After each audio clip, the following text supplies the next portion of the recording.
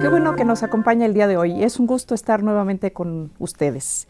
La Coordinación de Universidad Abierta y Educación a Distancia, conjuntamente con el Programa Universitario del Medio Ambiente, le damos la más cordial de las bienvenidas a esta nueva serie. Esta serie que será y lleva como título Nuestro futuro común, recordando un informe que se escribiera hace 25 años y se presentara hace 20 años ante la Cumbre de la Tierra. Un informe en el cual se buscaba, se presentaban las ideas y los problemas de entonces ambientales, relacionándolos por primera vez de una manera fuerte y clara con la temática social y la temática económica. Le recordamos que puede usted participar con nosotros, puede usted no solo vernos, sino participar en este programa activamente. Llámenos al 5622-8718, 20 o 28, como aparecerán en sus pantallas, y escríbanos sus ideas, sus sugerencias, sus comentarios a infopuma@sid.unam.mx. También le informamos que el día de hoy tenemos un ejemplar del libro México frente al cambio climático. Estamos, de hecho, entregando 3 ejemplares a aquellas personas que se comuniquen con nosotros. Primero, les regalaremos uno de estos títulos. A continuación, quiero presentarles ustedes el día de hoy a nuestros invitados que nos acompañarán a lo largo de este programa. El doctor Sergio Guevara Sada, quien fuera director y actualmente es investigador del tiempo completo del Instituto de Ecología de Jalapa, el INECOL. Sergio, muchísimas gracias por estar el día de hoy con nosotros. Un gusto. Y bueno, nos acompaña también el licenciado Enrique Provencio, quien es consultor y profesor de políticas ambientales en su casa de estudios, la UNAM. Bienvenido, Enrique.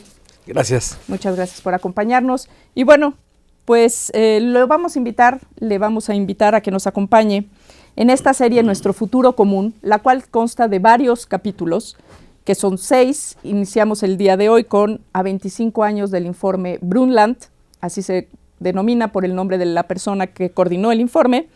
Después tendremos un programa denominado México Sustentable. Estamos cerca o muy lejos de la sustentabilidad, se entiende. El tercer programa será Nueva Institucionalidad. ¿Qué estamos haciendo para construir este andamiaje para poder movernos hacia la sustentabilidad? El cuarto programa, que será la construcción social del ambiente.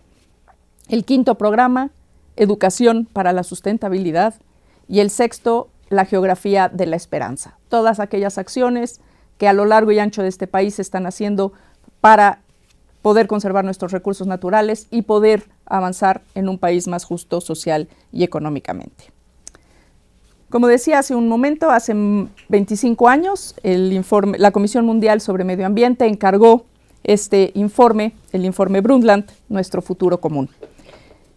Y esta comisión fue dirigida, encabezada por quien fuera entonces la ministra de Suecia, la doctora Gro Harlem Brundtland. En este informe, que se hace un reporte socioeconómico, no solo de la temática ambiental, sino también de la social y económica, se preparó para la primera conferencia de Río, la primera cumbre de la Tierra. Este año tenemos la segunda conferencia 20 años después, y va a ser muy interesante evaluar qué es lo que ha ocurrido en estos 20 años desde que se propuso el desarrollo sustentable como una forma de encaminarnos hacia un mundo más equitativo, social, económicamente y más responsable con nuestro medio ambiente. Los vamos a invitar ahora a que nos acompañen para introducir el programa del día de hoy a una cápsula que se ha preparado para que usted la vea. Vamos para allá.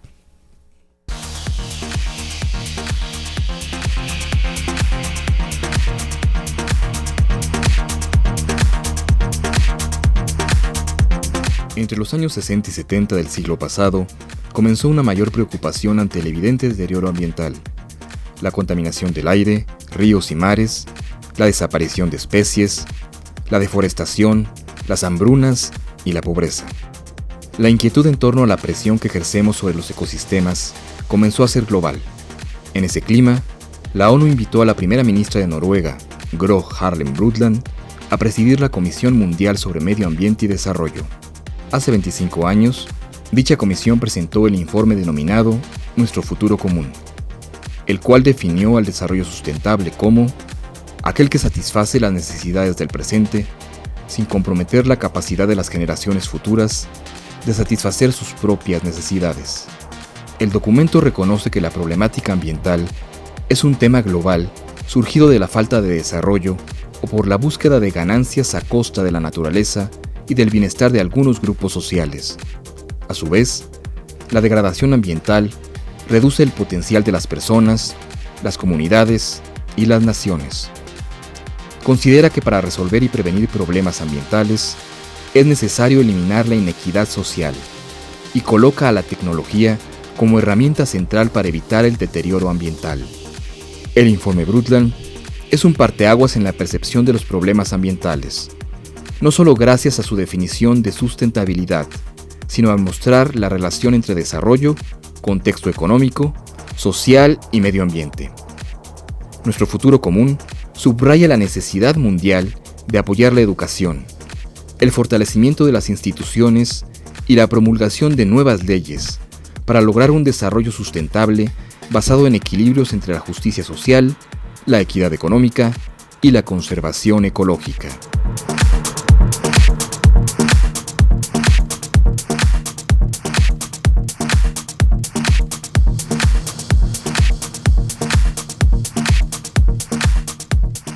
Bueno, le debo una disculpa, le dije que Gro Harlem Brundtland era sueca, en realidad es noruega.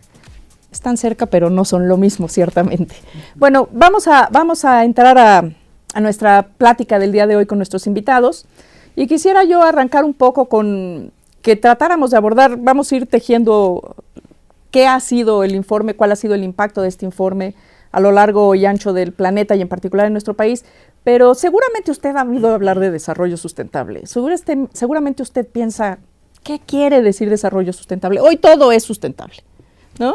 Un coche es sustentable, una construcción es sustentable, un gobierno es sustentable, una universidad es sustentable. ¿Qué queremos decir cuando hablamos de sustentable? ¿Cuál es realmente el fondo de este término o de este concepto y cuál es la carga que lleva en términos de responsabilidad hacia quienes la usan? Enrique. Bien, como dices, todo se volvió sustentable al tiempo que se estaba haciendo insustentable. Y ese es un primer aspecto que hay que tener presente.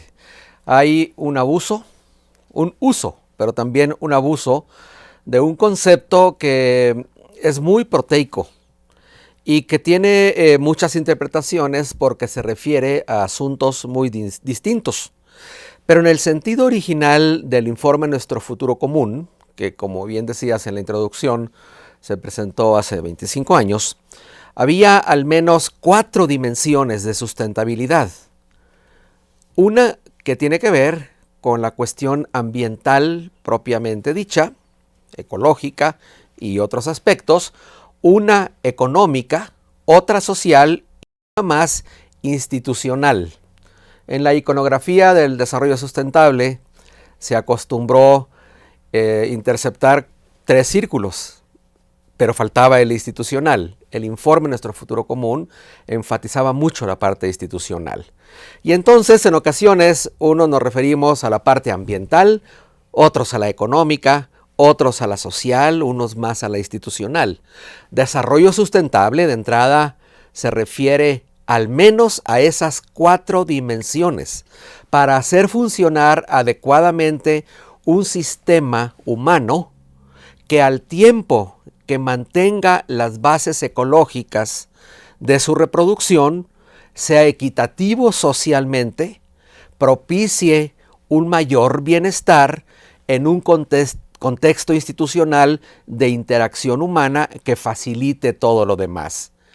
En esas 4 dimensiones, nuestro futuro común, centraba la discusión, aspecto que en su momento me parece fue sumamente importante. Hace un cuarto de siglo, cuando el informe pone en el centro de la discusión este aspecto: cómo lograr sociedades que ecológicamente se mantengan, socialmente sean equitativas y económicamente generen bienestar para la mayoría de la población. Claro. Y es curioso porque el informe, al informe le precede otra cumbre en la que creo que tú estuviste, Sergio, en Estocolmo. Sí, eso justamente lo iba a mencionar. Esta historia del desarrollo sustentable o sostenido, porque en realidad el informe Brundtland habla más de sostenido que sostenible o sustentable, surge en el 72, en la primera conferencia de Naciones Unidas, el hombre y su medio ambiente. Entonces, cada 20 años ha ocurrido eso. Ese momento es el que hacía crisis esta idea del deterioro ambiental. Entonces, a partir de eso, yo quiero citar otro evento. Entre esta reunión del 72 en Estocolmo, ¿no? Fue en Estocolmo, además. Después ocurrió otro evento que me parece que es muy importante, que es el surgimiento del Programa del Hombre y la Biosfera de UNESCO, en medio, por ahí, a mediados de los 70s, medio reforzando lo que estaba pasando ahí, y de ahí, con el informe Brundtland y con las reservas de biosfera, se llega a Río para la reunión del 92, que fue la que le siguió, y ahora estamos en la puerta de Río +20, ¿no? Yo creo que efectivamente ha habido una gran preocupación, pero Brundtland sí señala una cosa que a mí me parece fundamental, que es, estoy totalmente de acuerdo con lo que dice Enrique, pero creo que plantea la divergencia muy fuerte que hay entre la economía y el medio ambiente, ¿no? De cómo la economía aprovecha el medio ambiente, pero ignora su renovación natural. Entonces, creo que uno de los puntos fundamentales, que no es nuevo, pero que lo trata de manera muy lindo el informe Brundtland, es que el desarrollo tiene que estar basado en la capacidad de renovación del medio ambiente natural. O sea, que debe estar enmarcado en las capacidades biofísicas del planeta y que lo que podemos usar son los intereses, no el capital natural. Esto a mí me parece fundamental. Y entonces la economía y la ecología, siguiendo las líneas que mencionaba Enrique, se unen, ¿no? Y son la unión fundamental, creo yo, del informe, y aderezados por la tecnología, ¿no? Y otra cosa muy importante es la institucionalidad. Y ahí quiero señalar también que en la institucionalidad queda volando el mal uso de los bienes comunes, ¿no? Señalan mucho la institución internacional como el motor para el buen manejo de los bienes comunes, atmósfera, océanos, aguas, ríos, bueno, una serie de cosas, suelos que han quedado totalmente volando. Entonces ahorita yo creo que tenemos las bolitas que dice, me las imaginé, las que dice Enrique, de pronto efectivamente se sobreponían, pero ahorita las estoy viendo, ¿no? Así volando en el espacio, separadas, de pronto, sí, ¿no? Y de pronto haciendo coalición de todas ellas, pero no hemos atendido realmente, ni siquiera la ONU ha atendido bien el informe Brundtland. Yo creo que ni siquiera lo han leído bien con cuidado todos. Esto es una recomendación para todos. El informe es accesible porque una de las características del informe, y así se exigió, es que pudiera ser entendido por propios y por ajenos. O sea, es sencillísimo de entender. Entonces, no leerlo es un error. Sí, porque además lo que ocurre, y podemos verlo en los discursos infinitos sobre sustentabilidad y sobre medio ambiente, que no hay realmente un conocimiento ya no solo del informe, sino de los conceptos que se plantean en el propio informe. Y por eso escuchamos decir que todo puede ser sustentable, hasta cómo hacer un zapato o cómo construir una casa. Y en realidad el tema de la sustentabilidad no se está refiriendo exclusivamente o básicamente a la vida diaria de una persona, sino a la actividad de una sociedad, de un grupo social, ¿no? De un conjunto. Puede ser un pequeño pueblo, puede ser una gran ciudad, puede ser un país, pueden ser muchos países. Y esa es un poco la dimensión que se pierde, y por eso de pronto encontramos que la gente dice, pero yo, ¿cómo puedo ser yo sustentable? Pues una persona sola en medio de un espacio que no lo es, difícilmente puede hacerse sustentable. O sea, puede realizar prácticas más ambientalmente amigables, pero difícilmente esa persona sola, que es un poco, yo siento, y es ahí donde quiero ir ahora, en esta parte de la institucionalidad que ambos remarcan, de pronto se le cargó a la gente la responsabilidad de la sustentabilidad. Y es que ¿cómo vamos a ser sustentables si la gente no hace? Cuando en realidad debiera de ser la sociedad, a través de sus espacios institucionales, la que se organiza. ¿Cómo podríamos entrarle a esta parte que suena como más obvia, pero no es nada sencilla? Enrique. En efecto, hay que distinguir diferentes planos de la sustentabilidad. Pero en el sentido en el que el informe Brundtland planteaba el desarrollo sustentable, en México así se quedó la expresión. En el resto de los países de habla hispana se sigue diciendo desarrollo sostenible. Por cierto, en Francia adoptaron perdurable, en una idea muy bonita de durabilidad del desarrollo. Y ese sentido de un desarrollo que dure, que se sostenga en el tiempo, tiene como base el principio que el doctor Guevara mencionaba.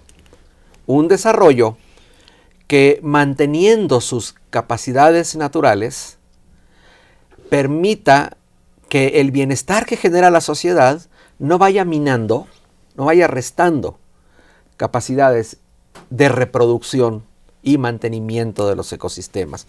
Y esa, en efecto, mire, es una tarea de tales dimensiones que no solo requiere instituciones nacionales adecuadas, sino un sistema global de conjunto que haga factible un mecanismo de relaciones entre países que permitan que el uso de los recursos naturales y los servicios ambientales, concepto que casi no se usaba cuando surgió nuestro futuro común, puedan mantenerse en el tiempo. Y sobre todo, al hablar de qué espacios institucionales se requieren, nos estamos refiriendo a reglas. ¿Qué reglas colectivas, expresadas o no en las leyes? Porque también importan muchísimo. Las no escritas.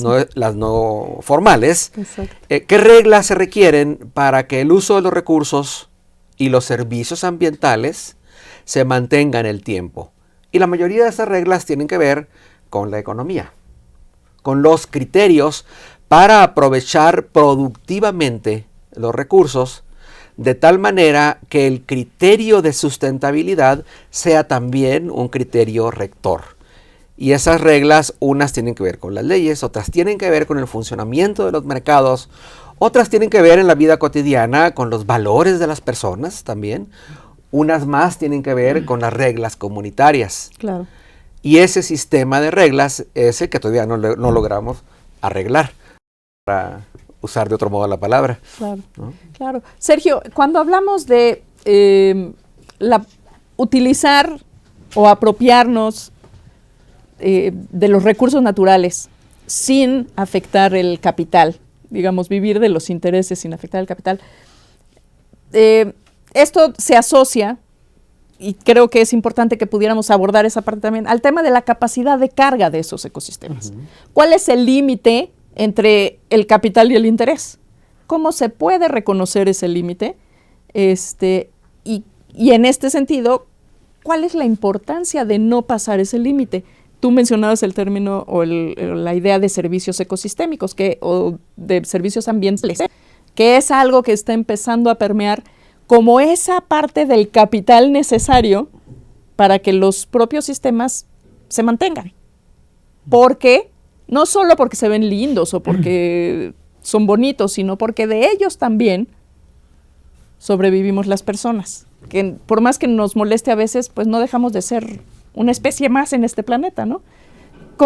¿Qué es la capacidad de carga, Sergio, en un ecosistema o en un sistema biológico? Sí, la capacidad de carga fue un término que probablemente llevó a la ecología al foro de los recursos naturales, ¿no? O sea, la ecología, la pobre ecología, ¿no? Fue jaloneada hacia el foro del manejo de recursos naturales y aprovechamiento y todo, cuando en realidad tenía una juventud teórica y metodológica muy grande, y tiene, ¿no? O sea, es poco ético a veces por parte de los ecólogos de tratar de tomar la palabra, porque en realidad la ecología todavía es una ciencia bastante endeble, en construcción. Pero sí, a partir de la capacidad... Bueno, y eso lo dice alguien que se ha dedicado a la ecología toda su vida. Bueno, así, sí, ¿no? Sí, mea culpa. Pero a partir de la capacidad de carga, yo creo que debemos hablar más de la renovabilidad de los ecosistemas o de los sistemas naturales, o de la renovabilidad del sistema biofísico del planeta, ¿no? Ya deja los ecosistemas por un lado. Creo que debemos pasar a encontrar los indicadores que nos permitan detectar qué tan renovable es un sistema. Por ejemplo, uno de los indicadores fundamentales que tenemos que manejar es la capacidad de regeneración natural de los ecosistemas. Si no conservamos la capacidad de regeneración natural, nuestra capacidad de restauración de los ecosistemas es verdaderamente risible comparado con el monto que tenemos que recuperar. No, y el costo. No, y además es un costo humano, es un costo económico, y probablemente sea irrecuperable con el conocimiento que en este momento tenemos de los procesos mismos. Tenemos que dejar que los sistemas de regeneración funcionen, ¿no? Respetarlos hasta que los podamos manejar correctamente. En este momento no los podemos manejar. No podemos manejar ni siquiera la renovabilidad y la fertilidad del suelo, que es uno de nuestros grandes problemas. No lo podemos manejar. No, de hecho, todo el sistema de aplicación de fertilizantes ha conducido a un empobrecimiento, a un mayor a una pérdida de los suelos. O sea, y eso es esa separación entre la renovabilidad y el aprovechamiento, es donde tenemos una buena parte de todos nuestros problemas. Una de las cosas que es una cuestión de discusión, pero que no me gusta tanto del informe Brundtland, es la beligerancia que le da a la tecnología. Creo que entiendo bien que es tecnología sensu lato, pero en realidad hay una parte muy importante que es el conocimiento de los procesos biofísicos de los ecosistemas. Y eso no es un problema tecnológico, es un problema de conocimiento. De ciencia. Y no puedes asignarle ni a la economía ni a la tecnología, como lo hace Brundtland, el papel de recomponer el conocimiento, generar el conocimiento. Creo que ahí hay una cosa más profunda y que tiene que ver con la participación social. Conocimiento, ¿no?, científico, generado de diversas maneras, y el conocimiento tradicional. Un término que ahora se usa mucho, que es el diálogo de saberes. Hay una cuestión muy importante que ya tiene que ver con la pobreza, con los recursos, con el conocimiento, y los mezcla en otro contexto. Yo creo que a nivel mundial no se ha superado el informe Brundtland, pero ya se debe superar en algunos puntos. Tiene puntos que van a ser para siempre, pero ya hay algunos puntos en que se debe superar, y por ahí va, yo creo. Sí, en esta parte creo que es bien interesante y me gustaría que, regresando de nuestra pausa, pudiéramos platicar de... Claro, el informe Brundtland se hizo hace 20 años, bueno, 25 años, y se presentó hace 20 años, en donde había una clara apuesta que la tecnología nos iba a resolver todos los problemas en los que nos fuéramos metiendo como humanidad. Y claramente muchos de los problemas en los que nos hemos ido metiendo han sido agravados por la propia tecnología. Entonces, creo que sería bien interesante que pudiéramos entrarle a esa discusión para que pudiéramos... No se trata de desprestigiar o de demeritar el término o el quehacer de la tecnología. Al contrario, ha sido realmente importante. La calidad de vida, el que usted nos vea hoy por la televisión, el que podamos estar en su sala conversando con usted, es parte de esa tecnología. Pero hay cosas que hemos hecho sin pensar dos veces el efecto que estas podrían tener, y que es un tema que se ha ido afianzando, sobre todo en la parte de conservación o de preservación de los sistemas biológicos y de la salud, que es el tema del principio precautorio, ¿no? ¿Cómo utilizamos la tecnología? ¿Cuándo la utilizamos? ¿Dónde la utilizamos? Y los efectos que esto va a tener cuando no los conocemos, si podemos utilizar o no esta idea del principio precautorio. Y es decir, pues si no sé cuál va a ser la consecuencia, mejor no lo hago, o lo hago poquito para ver cuál va a ser el impacto.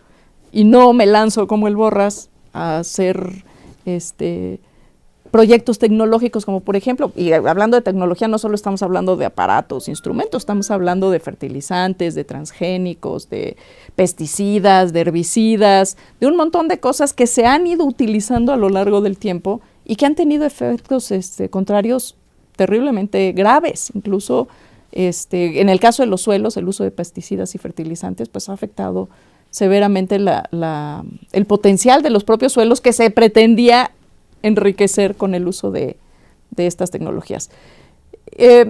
Creo que esa parte puede ser muy interesante. Ahora que regresemos de nuestra pausa, no se vaya, platicamos con usted sobre nuestro futuro común.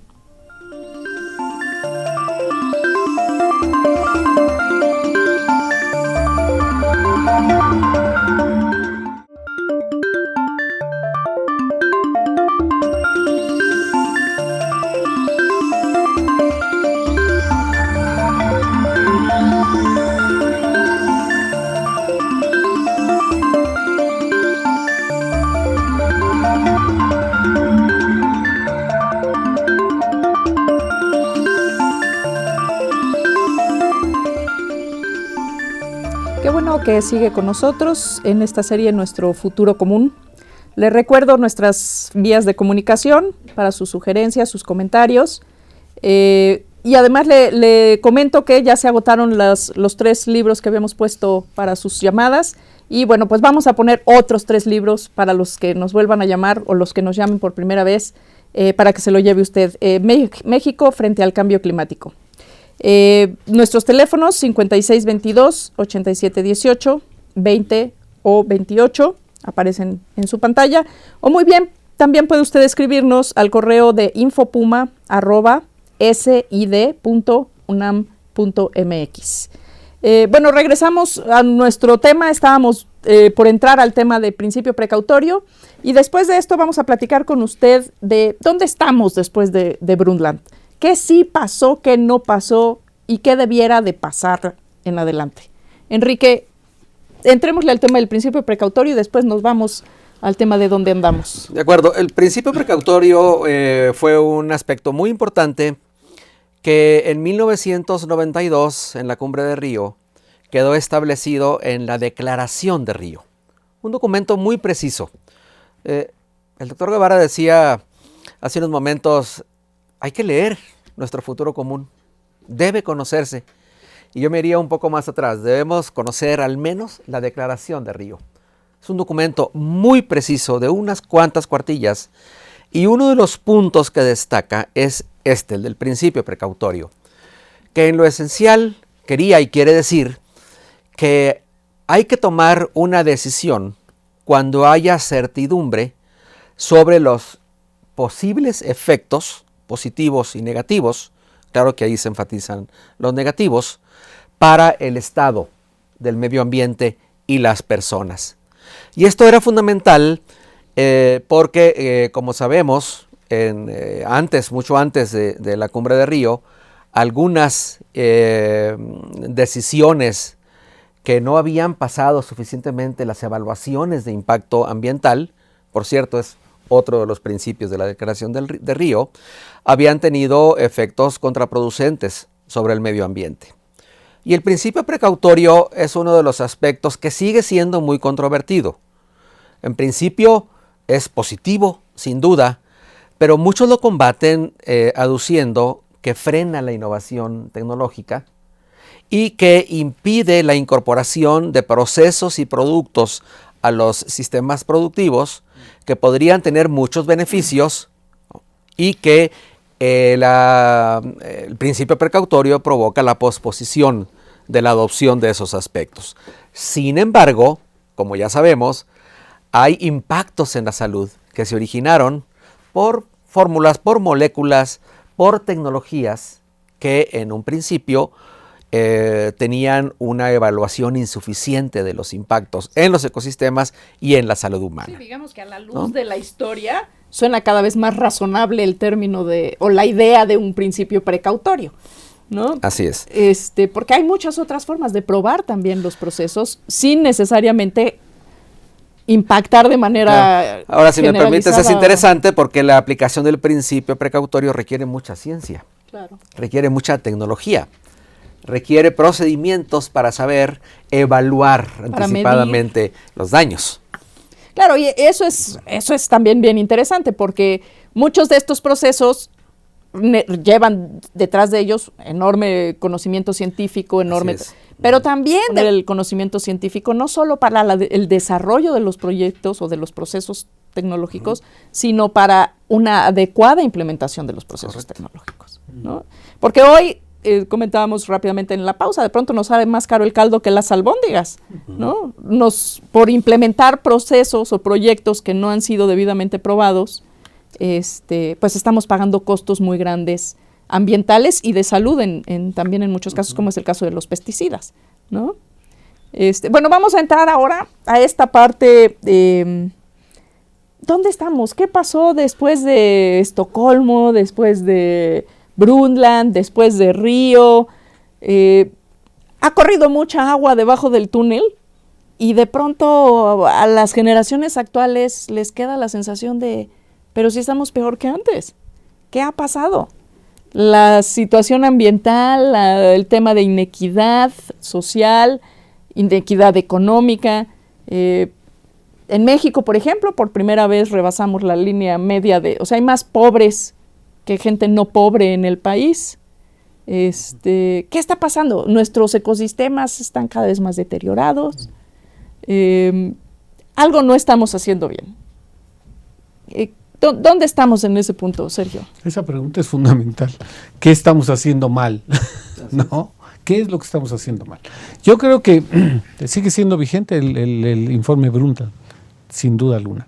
Pero efectivamente hay otras cosas como las conclusiones de Río 92, que son muy importantes, ¿no? Y que ahora se van a retomar, ¿eh? O sea, todo eso va a entrar al caldero ahora de Río más 20. Yo creo que hay una cosa que también habría que mencionar. Efectivamente, hemos hecho y deshecho el capital natural, la base del desarrollo, vamos a decir, ¿no? Que aquí habría una discusión muy interesante en si la base del desarrollo es de base tecnológica o de base recursos naturales, biodiversidad, etcétera. Ahí hay una confrontación muy interesante entre los tecnólogos, sin ignorar, como tú lo citabas bien, que la tecnología es fundamental. No podemos, todo se transforma en tecnología, es una forma de aplicación a veces del conocimiento. Pero hay una cosa que debemos mencionar, que se hizo un esfuerzo muy interesante, que fue el análisis de los ecosistemas del milenio. Esto, que fue también una iniciativa de la ONU, ¿no? En el 2000, y que congregó a miles de investigadores del mundo, tanto en la preparación como en la revisión, de qué sabemos, cuál es el estado de los ecosistemas, qué sabemos realmente y qué no sabemos. Esto es otro documento que las personas debían revisar, porque hay un resumen muy interesante, gratuito en la red, en español, perfecto, maravilloso, y nos dice que tenemos grandes huecos, pero que avanzamos muchísimo. Y les voy a decir que aquí la paradoja es que avanzamos destruyendo. Esto es, la destrucción nos ha llevado a una generación de una cantidad de conocimiento y de entendimiento de los ecosistemas importante, que ahora podemos trasladar en aplicaciones tecnológicas de restauración de los ecosistemas. Entonces, el conocimiento avanzó a partir de ello, sin duda alguna, hay que reconocerlo. No era el camino que hubiéramos querido, pero de alguna manera es esto lo que sustenta el que salga este principio precautorio. Sin embargo, la velocidad de cambio, que eso lo cita Brundtland, muy importante. Yo creo que Brundtland, su informe es para enfrentar el cambio, el cambio que está ocurriendo y el cambio que debería ocurrir, el cambio en el crecimiento, el cambio en el desarrollo, etcétera. Este cambio no lo hemos enfrentado de manera completamente de frente. O sea, yo tengo la impresión que muchos de lo que hemos estado discutiendo es sobre el equilibrio y la estaticidad de los ecosistemas, que en realidad, hago aquí un paréntesis, ya debíamos estar hablando más que de ecosistemas, debíamos estar hablando de paisajes, si queremos realmente encontrar un foro para la sociedad, para la economía y para el medio ambiente. Deberíamos más hablar de paisajes que de otra cosa. Pero bueno, de hecho, uno de nuestros grandes obstáculos, casi epistemológicos, para abordar este tipo de problemas es la estaticidad con la que lo hemos hecho. O sea, el miedo al cambio. Bueno, o sea, el miedo al cambio, el miedo... Y a los que no conoces, ¿no? Claro, pero el miedo al cambio. Fuerte. Brundtland dice, hay que crecer. Tiene que crecer la población y tiene que haber desarrollo. Es curiosísimo cuando ve uno eso diciendo, pero ¿cómo si el medio ambiente está tan mal? Claro, tiene que haber cambio, tiene que haber crecimiento, tiene que haber desarrollo. Y además hay un cambio en el medio ambiente. O sea, no podemos presumir de utilizar los recursos naturales sin influir en la naturaleza. Ese me parece es un punto importante. No podemos. Pero, a ver, Enrique, es claro que tenemos que desarrollarnos. No podemos condenar a miles de millones de seres humanos a vivir perennemente en la pobreza. Claramente algunas generaciones pues no van a haber conocido más que la pobreza, pero no puede ser ese el destino que nos pongamos enfrente, ¿no? Nuestra visión. ¿Cómo podemos desarrollarnos, no solo como país, sino como humanidad, de una manera que haya equidad social y conservación de los ecosistemas? Porque también desde antes de Brundtland pareciera que Brundtland hubiera podido terminar con ese debate, pero sigue siendo muy vigente el de primero hay que desarrollarnos para después conservar. ¿Cómo podemos avanzar desarrollándonos y conservando? El punto que acabas de mencionar ha estado en la discusión exactamente hace 40 años. En la cumbre de Estocolmo sobre medio ambiente humano, la primera ministra de la India, señora Gandhi, planteó el tema con toda claridad. Y lo que decía entonces ella en 1972 era que no había que postergar la superación de la pobreza en aras de la conservación y no buscar tampoco un desarrollo que destruyera la naturaleza y, peor aún, tampoco sacar a la gente de la pobreza. Ese tema se recuperó en 1992, se planteó con toda claridad y por eso el principio 1 de la Declaración de Río pone el desarrollo humano en el centro del proceso de expansión de la producción de riqueza y bienestar. Ha pasado el tiempo y uno de los aspectos centrales en el balance debe ser ese, que tanto hemos avanzado en ese sentido. en los últimos 20 años, sin duda, a nivel global, ha habido un incremento en la disposición de bienes físicos, de riqueza material. Y de hecho, en muchos países ha habido una reducción de la pobreza. Correcto. Lo que no ha habido en el mundo es una reducción de la desigualdad. Ahora lo reconocen propios y extraños. Es más, yo creo que se ha agravado, ¿no? Sí, aun cuando hace unos años todavía se discutía, ahora se acepta universalmente. El mundo es ahora más desigual que en 1992. Hay una gran variación entre países y regiones, etcétera, pero ese es un punto central. Y el tema de la equidad, de la reducción de la desigualdad y del acceso más equitativo al bienestar por parte de la población era uno de los temas centrales del informe Brundtland y de los documentos que produjo la Cumbre de Río de Janeiro en 1992. Ese es uno de los aspectos paradójicos. Se ha incrementado la riqueza en el mundo. De hecho, de 1992 al 2012, la producción mundial se ha multiplicado por 3, el comercio mundial ha crecido casi en 8 veces y la globalización ha generado tal flujo de bienes y servicios que el impacto en los ecosistemas es muy superior al que existía en 1992, a pesar de que en muchos países se avanzó con las políticas ambientales. Y esa es la paradoja. 1992 y el informe Brundtland, conjuntamente, produjeron un gran avance de las políticas, una oleada de innovación legislativa, nuevas prácticas económicas, cambios culturales, pero que no han sido suficientes.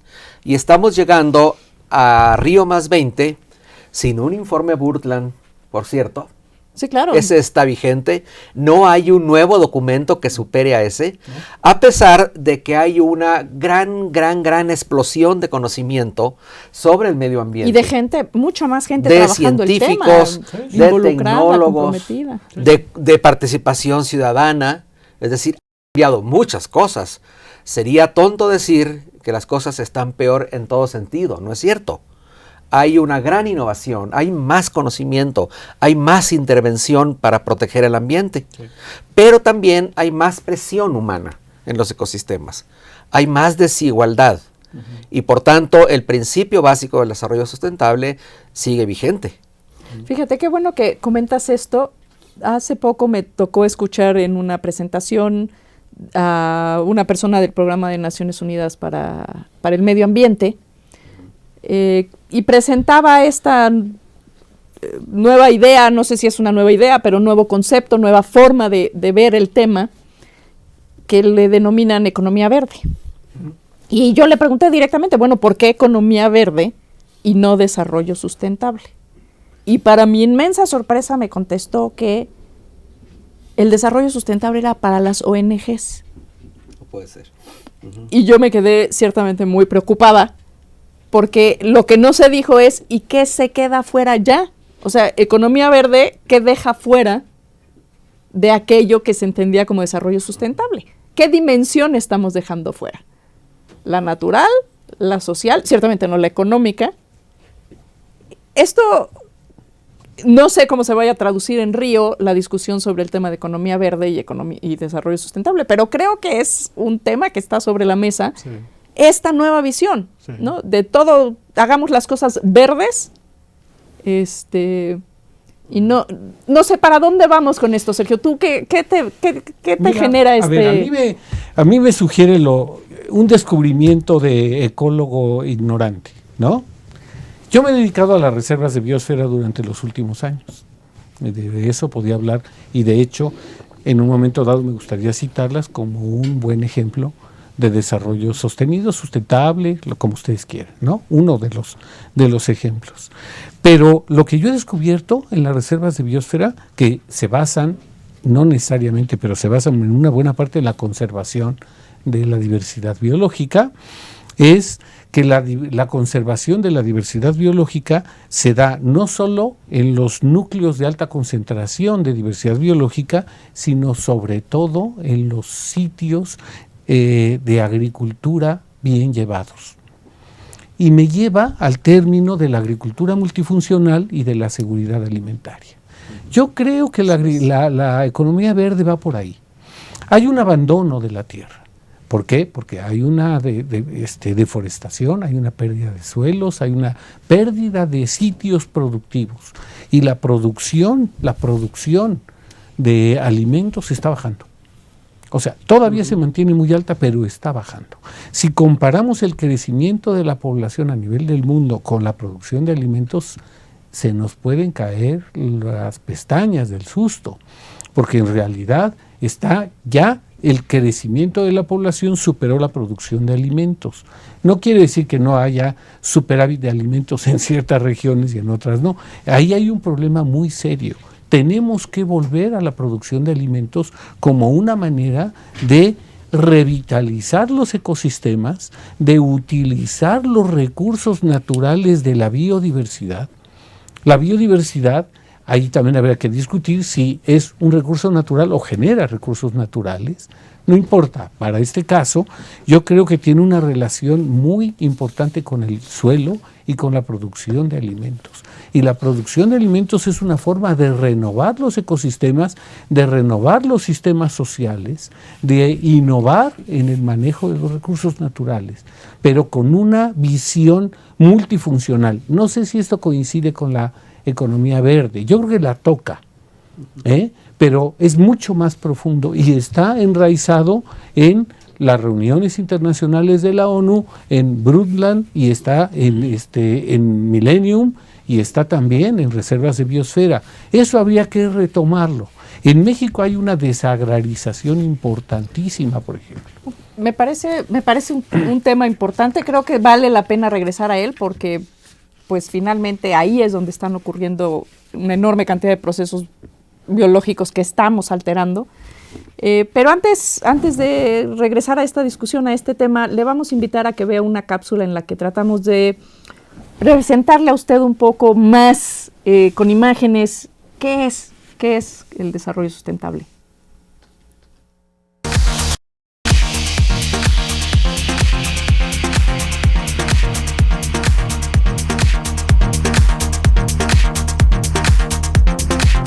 El desarrollo que coloca en primer término el crecimiento económico de corto plazo y deja de lado los efectos que éste tiene sobre los recursos naturales del planeta, ha ocasionado graves desigualdades entre países y regiones, disminuyendo las posibilidades de sobrevivencia de las generaciones presentes y futuras.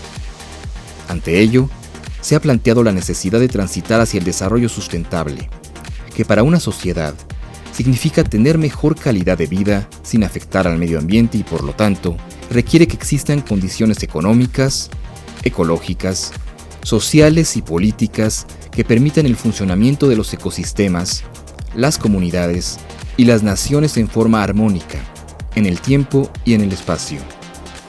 Una sociedad no puede ser sustentable cuando se destruye la base material de la economía, es decir, cuando se terminan los bienes de la naturaleza o cuando la riqueza de un sector se logra a costa de la pobreza de otro. Para alcanzar el desarrollo sustentable, no hay un método establecido. No hay fórmulas mágicas.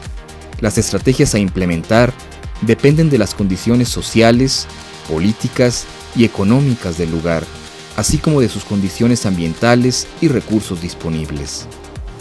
La sustentabilidad requiere un compromiso amplio y colectivo que incluya una racionalidad diferente frente a la naturaleza y el consumo, tomando en cuenta que el planeta y los sistemas que sustentan la vida en él son finitos, tienen un límite, y lo estamos alcanzando. La sustentabilidad tiene que pasar una prueba de tiempo, de práctica, de apreciación social y de crítica. La sustentabilidad es un compromiso con las poblaciones humanas presentes, futuras y con todas las otras especies que habitan la Tierra. Nuestro ritmo de extracción de los recursos naturales y de producción de desechos ponen en riesgo la vida en el planeta, o al menos la permanencia en él de la especie humana.